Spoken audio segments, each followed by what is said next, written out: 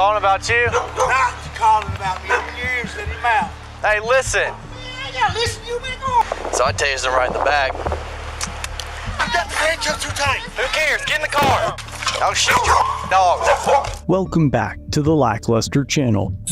In April of 2018, Chattanooga police officer Cody Thomas responded to a 911 call concerning a man named Polo threatening people with a firearm, described as wearing green and black. But upon arrival, Officer Thomas saw Mr. Nate Carter checking his mail, dressed in purple and black, and approached him.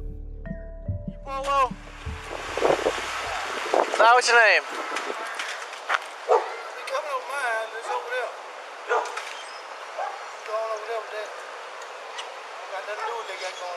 What's going on? I don't know. They called you. I ain't called you.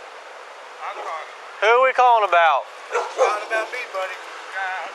Calling about you? Not calling about me. Open your ears, let him out. Hey, how about you watch your mouth for your ass gets on the back of my car? Already, it's clear that Officer Thomas is unfit for the job. The 911 caller is now behind him, several doors down, but Officer Thomas remains focused on Nate, even after both parties tell the officer that Nate is not the suspect. Officer Thomas is now the only party on scene to have used profanities, ironically, while telling Nate to watch his mouth. Hey, how about you watch your mouth for your ass gets on the back of my car? You gonna put me in the car, but I'm in front of my house about private property not bothering you.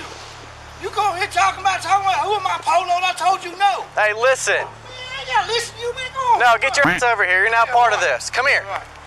Come here, right now.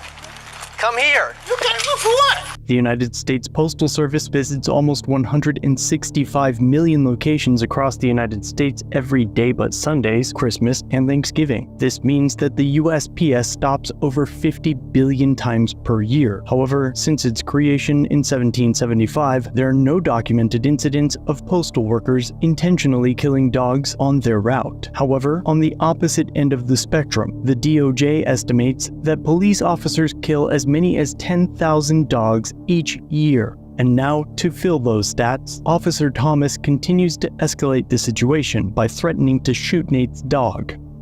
I'll shoot your dog. Shoot my dog, boy. You can't come out your yard. Get over here now. No, get out my yard. Get over here right now. Taser deployed. Start me at 20.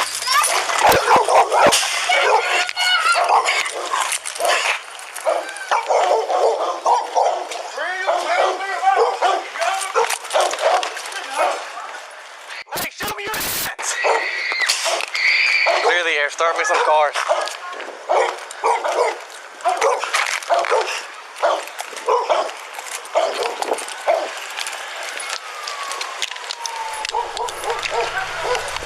Go back in the house. As backup arrives, Nate exits his home. Get your ass out here. Show me your f***ing hands. Get your ass out here. Show me your f***ing hands. Get your ass out here now.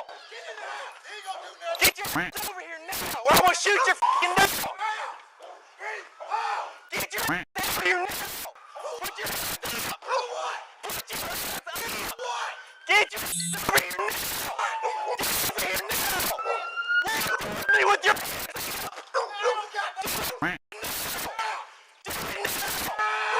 Get your ass over here now.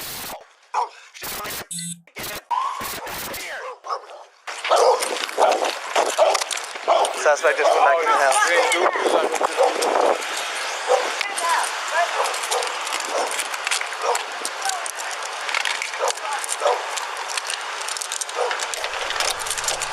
Hold on, I'm moving my car in front of the house. With Nate's home surrounded, he surrenders, assuming that the presence of the other officers would keep his assailant from further attacking him. Hey! We're still working on getting him outside.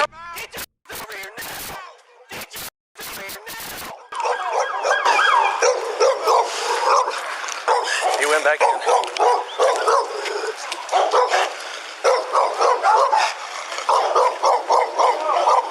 Hey, sweetie, come here. Come here. It's okay.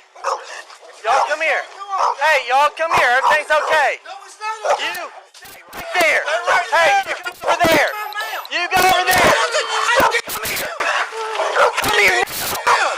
Come here now. Get away from the dog. Without warning or lawful reason to do so, Officer Thomas brings Nate to the ground, and despite complying, 2 other officers drive their knees into his legs and neck. Officer Thomas then forced his thumb into the neck at Nate's carotid artery while grinding his face into the cement, and instead of ending the abuse, other officers applied handcuffs as tight as they possibly could, while Nate's children watched in horror. Officer Thomas would further show his lack of humanity as Nate pleaded with the other officers to loosen the cuffs. You got the handcuffs too tight. Who cares? Get in the car. Man, for real. I've alleged before that many officers fantasize about what it would be like to tase or even shoot someone just to know what it feels like, causing some to use excessive force in situations like this. It would be impossible to know if that's how Officer Thomas felt prior to this incident, but his following celebration certainly lends credence to the theory. Oh, I popped my cherry. Taser.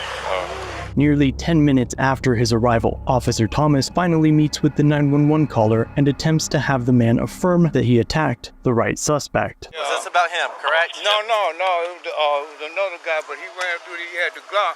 He was standing by that telephone pole, and he was talking about shooting up. Me and her was in there playing cards, and he was talking about, he was talking about shooting up in her Because when I walked up, you said, yes, that's him. No, I said no. Yes, you did, because I walked up and I said, who you hear about? And you said, yeah, that's why I'm here. And so when I started confronting him about going in the house, that's when all this erupted. I asked you, and I said, I misunderstood what you said. because when I walked up here, I said, is this him? He was like, no, you're talking about open your ears, blah, blah, blah. And I said, is this why I'm here? And you said, yes, that's why you're here. Yeah, because when you started going toward him to the steps, I was hollering, that's not him. Later, to justify his unlawful actions, Officer Thomas authored a false report, claiming that on scene, the 911 caller identified Nate as the suspect. I was going toward him to the steps, I was hollering, that's not him. The report would also leave out the fact that Nate was wearing purple, though the description was for someone wearing green and black. He would also embellish the events to his supervisor. So what else needs to be done now besides just the initial report and taking him to Erlanger? Yeah, you gotta take him to Erlanger. Once he gets cleared there, then he's clear to go to jail. And then you just gotta do the use force for the taser and the 2 counts. Because I pulled up here and he was standing out in the middle of the road, and I was like, well, I'm guessing this guy could be it. What was the, I didn't even hear what the initial call was. Somebody said they had a gun, they were threatening to shoot this guy. And so when I pulled up, he walked out of the house, and this guy was telling me to, like, I said, hey, are you Polo? And he's like, I don't know what you're talking about, leave me alone. Like, he's calling you, shoot. He's like going like this, like, shoot. And I was like, well, I'm trying to figure out why I'm here. And he's like, he called you, not me. Now go deal with him. And I was like, I said something to him. I asked him, like, what is your name? He made some comment. I said, what? And he said, how about you open up your ears and shut your mouth? And I was like, how about I said, excuse me? And then so I asked him for his ID, and he was like, man, what you talking about, leave me alone? Well, in my mind, that's the guy who has the gun. And he had his body turned like this the whole time, but wouldn't move at all. He wouldn't move. And I was like, I said something to him. I said, how would you come over here to give me your ID? And he's like, no, I'm going back in my mouth, or going back in my house. And I said, come here right now. And he said, for what? I said, give me your ID. I said, I'm trying to figure out what's going on. But the whole time he's going like this, and then he kind of stepped towards me and started walking back in the house. So I'm thinking he's going to go do something with the gun. So I tased him right in the back. And then that's when he rode it for a solid 3 seconds, and then tripped up the stairs. And that's when he slammed the door, and that's when the barbs, I guess the second barb came out, but one stuck in him. And then he came back in the house, and so I pulled my car to where I can get behind it, so I didn't know if he was gonna come back out and try to shoot. And then he came back out, but he was like still hiding behind the door. So I was like, he has a gun in his hand and something bad's about to go down. That's when he kept going in and out, in and out. Y'all walked up and his girls walked out.